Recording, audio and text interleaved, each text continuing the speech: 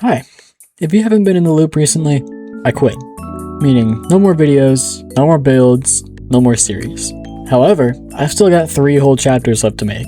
I can't just leave it without an ending. So yeah, that's what this video is. Yeah, I won't have time to make the chapters, but I think it's only fair to everyone to at least explain how it was supposed to end. So without further ado, let's start with everything that I had planned for Scene 4. Scene 4 was going to be called The Shrived. Originally, it was going to be called The Resilient, but that didn't feel right. Shrived is a fancy word for pardoned or saved, and is used to refer to one of the new characters in the chapter, just as the names of previous chapters alluded to their respective focus character. The Shrived would start with a tape of a rock band performing their newest song. The band is called Fulmination, to heed to their whole electric theming. It introduces the band as a dope-ass custom rock song placed in the background. I don't know who would have done it, but it would have been so cool. All of the characters are rocking it out on their instruments. There's Electro on the guitar, Current on the drums, Relay on vocals, and Havoc on another guitar. Here are some beta versions of their models. After the introduction and a little bit more cool music, the video ends and begins to repeat, as the group is shown watching it in a watchtower that's positioned nearby what was supposed to be one of their concerts. We begin talking about what our next steps are and head towards the area. Gregory lags behind. He wants to tell us about what he saw, but how would anyone believe such a crazy story? You see, Gregory wasn't there for anything involving the voice or the seeing, so he doesn't know that I've been through a similar process. We walk in and look around for a bit. Amidst the exploring, we see a large group of infected crowding at a door. We're curious about what they're all doing, until we're interrupted by a loud guitar chord.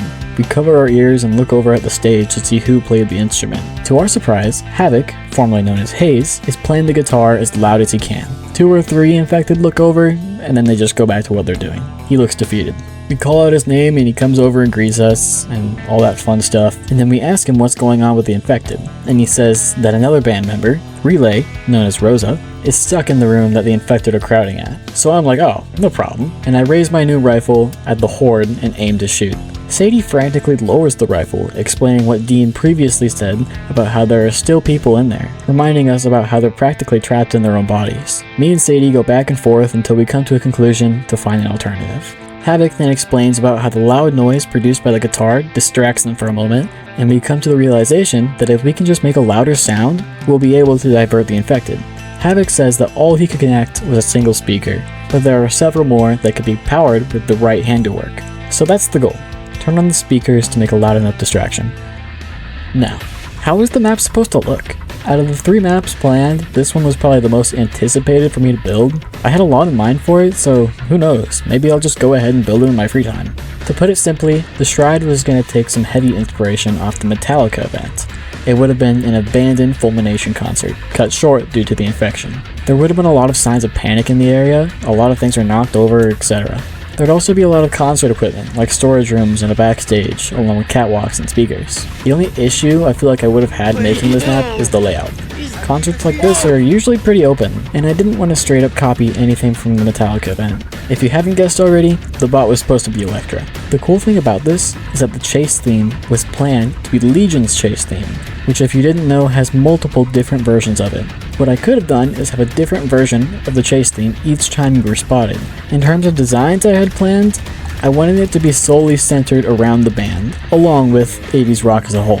This would have been a stretch, but having large doorways in the shape of the band's heads would have been really neat, similar to the Metallica event, just not some random snake head. Another simple decoration would have been the touring gearboxes that you see in maps like the theater from Christmas or the actual Metallica event. They looked pretty simple to make, so I went ahead and did it beforehand, and this is how it looked. For simple designs, having wall designs being themed around lightning bolts would add to the theme, like having a nice trim around doorways. For decals, I was thinking of simple concert promotional posters, along with some cardboard cutouts of the characters in the band. Maybe some could have holes poked in it, so you can literally take a picture with them.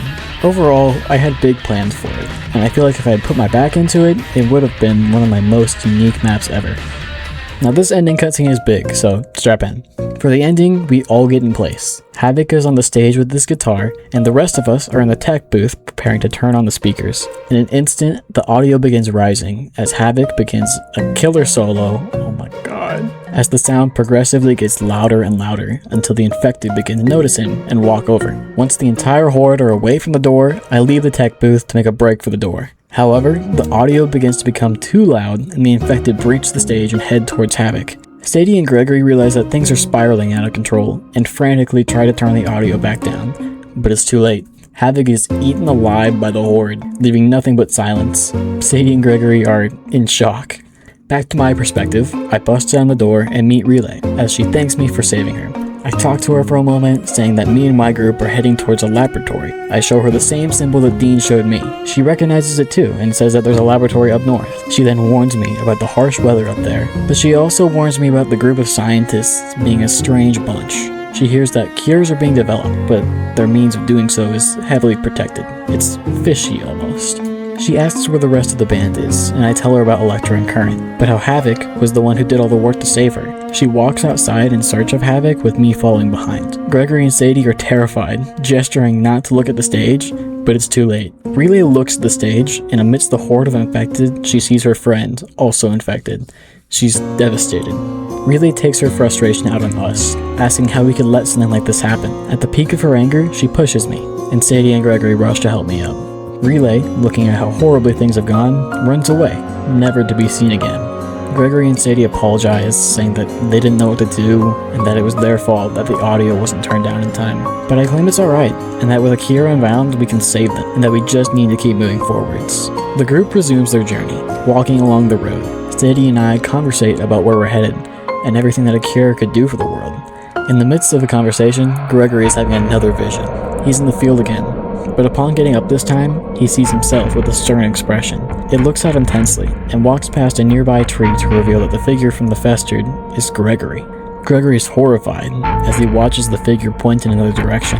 Gregory looks where the figure gestures to, and sees a grave with Gregory's decayed hand sticking out of it, holding what seems to be the same pistol that Bellion owns. This reveal causes Gregory to snap out of it as he screams. Me and Sadie jump and look behind at Gregory, asking him what's got into him. After an internal struggle, Gregory pulls me aside to talk to me. He's frantic, trying to tell us not to continue any further, but I resist and ask why. Gregory says I wouldn't believe him, which I retaliate by saying this.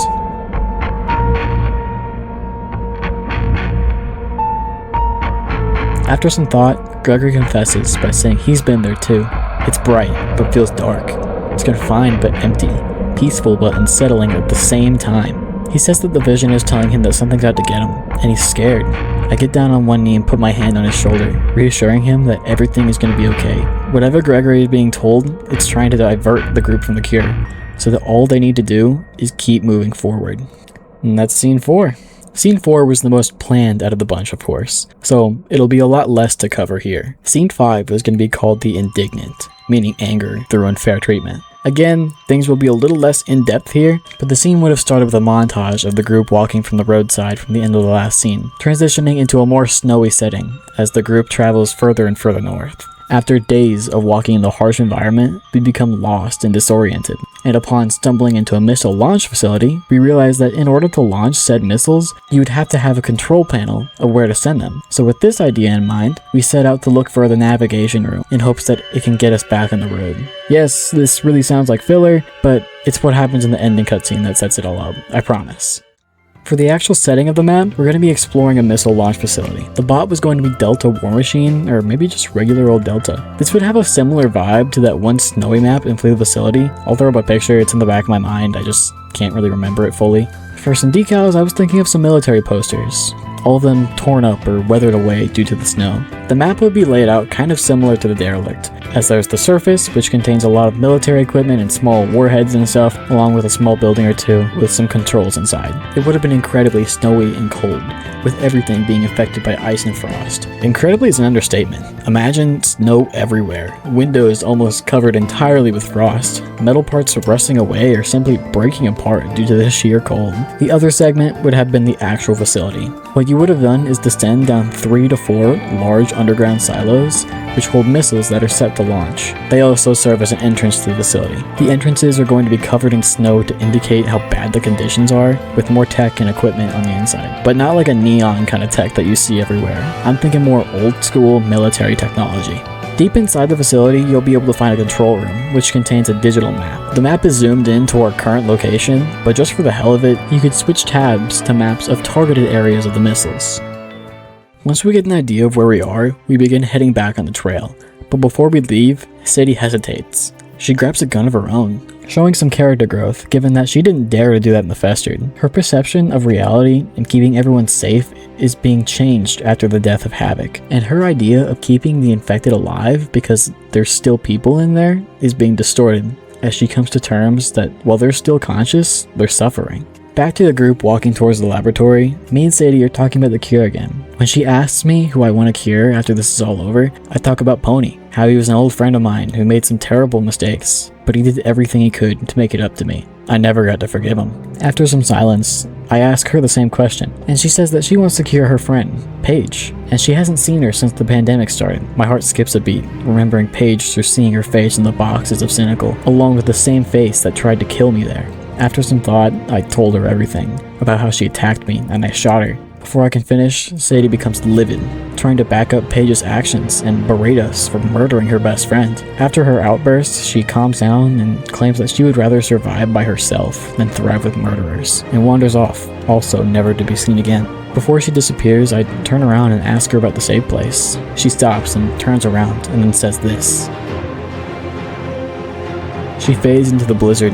I look forward thinking about what I've done, but then I turn back around. I have one more thing to ask her, but when I turn around I don't see Sadie.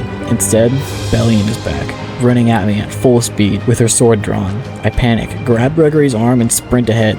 Gregory looks back at her. She's furious. The background begins to blur into the fields. What if the visions are saying that Bellion is the one out to get him? In the distance, the laboratory is in sight. We're finally there. Now for scene 6. Scene 6 was going to be called The Piercing. This is the end. The scene resumes with the two of us running inside the entrance. I close the door in a panic and ask Gregory to help me barricade the door, but he stays there. He wants to know the truth. Instead of brushing it aside like I did in the Festered, I say it straight this time. I talk about how Gabriel was used as a vessel to do the Seeing's bidding, and part of that bidding was abandoning Bellion by leaving her behind with her own ship. I start to break. I start apologizing. None of this was supposed to happen. Gregory looks upset, reflecting on how things have turned for the worst. He then fixes his expression and aids me in barricading the door. Bellion begins banging on the metal door, along with firing a couple shots at it. You can see the dents she inflicts in the door. She swears that she'll get us if it's the last thing she does. I tell Gregory that it's only a matter of time before she breaches the door, and we need to find this cure and get out of here. I was also kind of looking forward to making this map. Obviously, it was gonna be a laboratory, but with a little bit of a twist. Lore would have been riddled everywhere. There are failed cures everywhere, along with testing chambers and posters of the faculty, reminding you of their goal to create a cure. However, the deeper you go into the lab, things begin to shift. This dips into what Gregory said about discrimination between survivors and cured infected, about their jealousy towards the ones that haven't been mangled by disease. The lab isn't ransacked. The cures around the area aren't necessarily failed anymore, but shattered and broken. There's glass everywhere. There are bodies of scientists as well, who were unable to hold back the cord of what they created. There will be a lot of notes and hints to point towards what really happened here. The people that are cured by these scientists are exactly how Gregory warned them to be. Jealous. And because of this ordeal, finding a cure that isn't destroyed won't be easy. After exploring the area and making it deep into the laboratory, we finally find a cure. Upon me picking it up, Gregory is in another vision. This time, he's only met with his future self. It struggles to speak and ushers out one phrase. That's all Gregory sees before being taken back to reality. But now, he finds himself in a horrible situation. Gregory is being held at gunpoint by Bellion. I'm on the other side of the room begging her to stop. Bellion is far past apologies. After a long argument, things begin to escalate. It seems that Bellion is seconds away from pulling the trigger when Gregory's mind is taken somewhere else. It's the fields again, but it's dark. Out of the darkness, 3 mangled, spindly hands emerge, holding a sword. The hands bring it to him, and out of his misunderstanding of the situation and feeling like he has no other choice, he picks it up and examines it. All of a sudden, the sword begins to become stained in blood, as if someone had been stabbed by it without Gregory stabbing anyone. He looks at the sword and then upwards in horror. He's back to reality again. He looks beside him. Bellion is dead, torn to pieces. He steps back in fear and trips on something, falling over. On the ground, he looks to his side. Also hanging is dead, the body having a horrified look on its face. Gregory begins to hyperventilate. What has he done? In the silence, Gregory shakily picks up Bellion's gun that had nearly killed him and points it to his head. Everything goes black. This was the prophecy. Gregory's in the fields again. It's still dark. He has a hole in his head, just like his future self. Gregory sees the figure again and ushers, "I'm so sorry." and it stares at him blankly. Suddenly the three hands appear behind it, representing the insolence, the voice, and the seeing. They grab Gregory's future self and drag it into the darkness, screaming and kicking. The battlefield is back to its original foggy state. Gregory stands there. It's all over. That's it. That's the end of Betrayal of Allies. Let's explain a couple of things. First off, I feel like these symbols in the Festered were a little bit overlooked. This one here means that anyone who takes this strange substance is liable to become a vessel for one of the consciousness bidding. In Act 1, Pony was the Voice's vessel. We don't know when he took the substance, but we know that it was before Scene 1, since the Voice was the one that made Pony betray and abandon the player. In Act 2, Gabriel was the Seeing's vessel, as the quote-unquote cure that was given to him in Act 1 looked exactly like the potion that Thomas gave Gregory, making him a vessel. But which one is going to be controlling Gregory? Well, let's look at these other two symbols. This one here says that all three of the consciences would have been done for after Act 2. The third one explains that because they had nowhere to go, Gregory was the only one that was able to become a vessel. And because of this, all three of the consciences were controlling Gregory. However, in order to be real, the host needs to be dead, as explained by the voice in the slaughtering and the symbols in the Festered. So what had been happening throughout Act 3 was basically all three of the consciences tricking Gregory into getting himself killed in order for them to take full control, which in the end is exactly what happened. Anyways, that's basically it. I know I'm not the best story writer in the world, but I still really enjoyed taking what I like doing and giving it more meaning. If you have any questions yourself about the story, I don't have to keep anything a secret anymore, so I'll be answering whatever questions you have in the comments. This is basically my last video, so from the bottom of my heart, thank you for everything.